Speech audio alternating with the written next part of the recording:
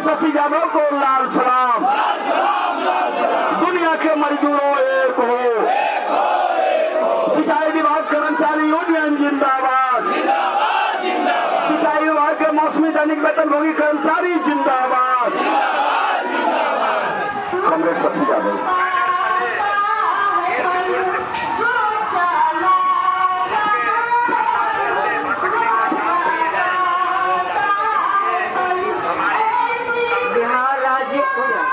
बिहार राज्य सिंचाई विभाग मौसमी दैनिक वेतनभोगी कर्मचारी यूनियन के तमाम साथियों और इस 2 दिन से धरना का संचालन कर रहे सतेंद्र जी और तमाम बिहार से आए हुए हमारे कर्मचारी बंधुओं, एक्टू के राष्ट्रीय सचिव रणविजय जी सहित हमारे तमाम नेतागण, मैं आप तमाम लोगों को स्कीम वर्कर्स फेडरेशन की तरफ से अपना क्रांतिकारी सलाम पेश करती हूँ।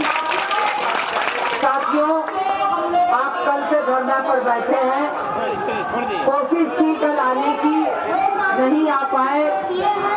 आज आपके सवालों को कल शून्यकाल दिया गया था, जो भी के तरफ से न लिया हो, क्योंकि हमने देखा उसकी जांच पड़ताल नहीं कर पाई हूँ, क्योंकि हमने आज भी देखा कि लंबा लोगों ने शून्यकाल पढ़ा, मगर आपके सवालों पर जो हम लोगों ने कल शून्यकाल दिया वो शून्यकाल को सरकार ने खारिज कर दिया।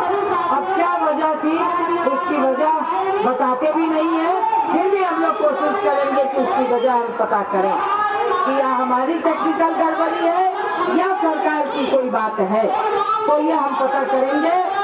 तो एक बात तो ये हुई, दूसरे कि आपके सवालों पे प्रश्न नहीं जा सका, इसके लिए अफसोस है, बल्कि आपकी मांग मिली है, इस पर हम लोग जरूर कोशिश करेंगे।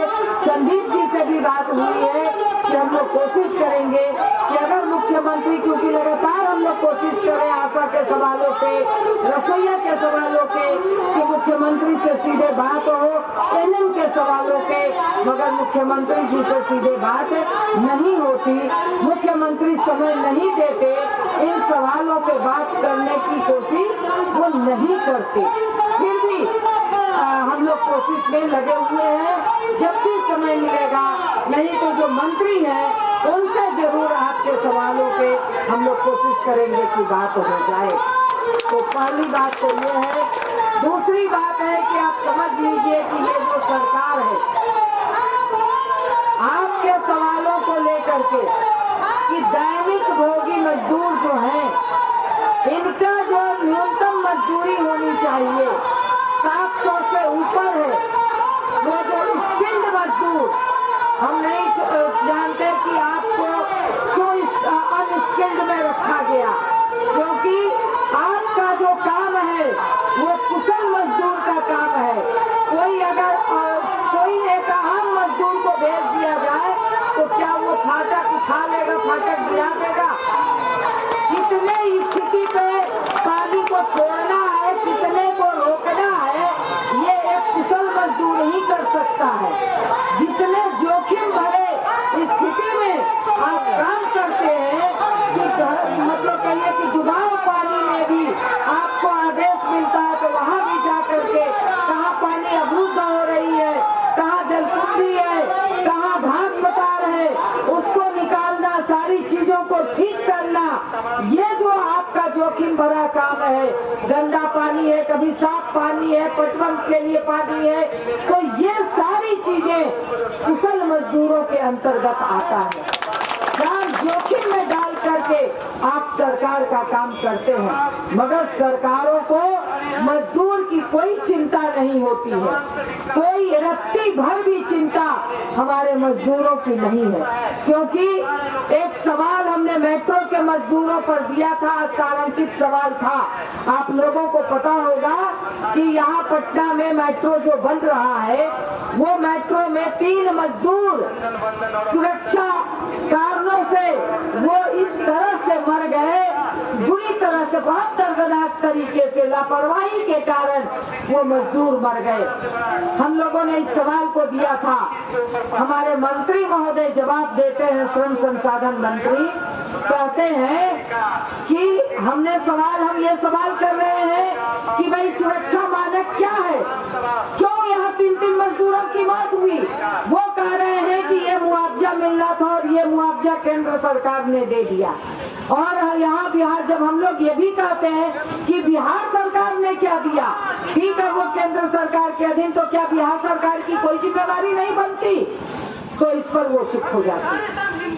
सुरक्षा मानकों पर वो कुछ बोलते नहीं है, कहते हैं कि ये सारा कुछ केंद्र सरकार के जिम्मे है। भाई बिहार में काम हो रहा है, बिहार के मजदूर उसमें काम कर रहे हैं, मजदूर मारे गए, अगर नहीं मारे गए होते तो भी एक बात थी कि भाई चलिए अभी तक तो मारे नहीं गए, सुरक्षा मानक एकदम दुरुस्त है। लेकिन जवाब आता है कि सुरक्षा मानक एकदम दुरुस्त है। ये सरकार की इस कदर की बेहाई, ये सचमुच में शर्मनाक बात है। मजदूरों के प्रति सरकार की जरा भी जवाबदेही नहीं है। मजदूर किस स्थिति में काम करता है, किस स्थिति में हमारा भाई लड़ करके काम करते हुए मर जाता है, इसकी सरकार को कोई चिंता नहीं। इसलिए इन सवालों को लेकर के आप हम तमाम लोगों को सोचना होगा कि ये जो संवेदनहीन सरकार है, इस सरकार को सबक सिखाना होगा। क्योंकि भाजपा की जो सरकार है, ये गरीबों के प्रति, मजदूरों के प्रति, महिलाओं के प्रति, आपने रणविजय जी की भाषण को पूरा सुना। आप 26 तारीख को, कल से आपका धरना है, आप अगर 26 तारीख को आए होते तो शायद आपको भी बैठने की जगह नहीं मिलती यहाँ पे। क्योंकि अगर आप स्टेशन से ले लीजिए, स्टेशन से लेकर के आपको ये चितकोड़ा तक, ये तो छोड़ दीजिए, साइड के तमाम गली, वो रोड जो सचिवालय हॉल्ट है, वो पूरा रोड एकदम महिलाओं की जीविका की महिलाओं से खचाखच भरा हुआ था। आपका टेंट रहने के बावजूद, आपका कार्यक्रम रहने के बावजूद शायद आपको जगह नहीं मिल पाती, ये स्थिति थी। मगर उनका जो मानदेय 2000 सरकार देती थी वो बंद कर दी और उसके नेता को उठा लिया गया। मैं विस्तार पे नहीं जाऊंगी। तो ये सरकार आज मजदूरों के प्रति, मजदूर नेताओं के प्रति ये कहती है कि हम बहुत संवेदनशील हैं, मगर ये अपहरण उद्योग चालू कर दीजिए।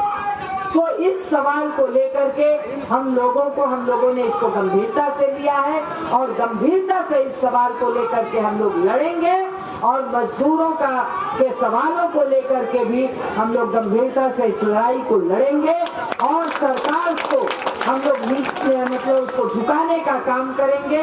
आपके जो मांग है कि बताइए कि आज ये आप मांग कर रहे हैं कि हमको टॉर्च दिया जाए, वर्दी दी जाए, सीटी दिया जाए, ये सब कोई मांग करने का सवाल है?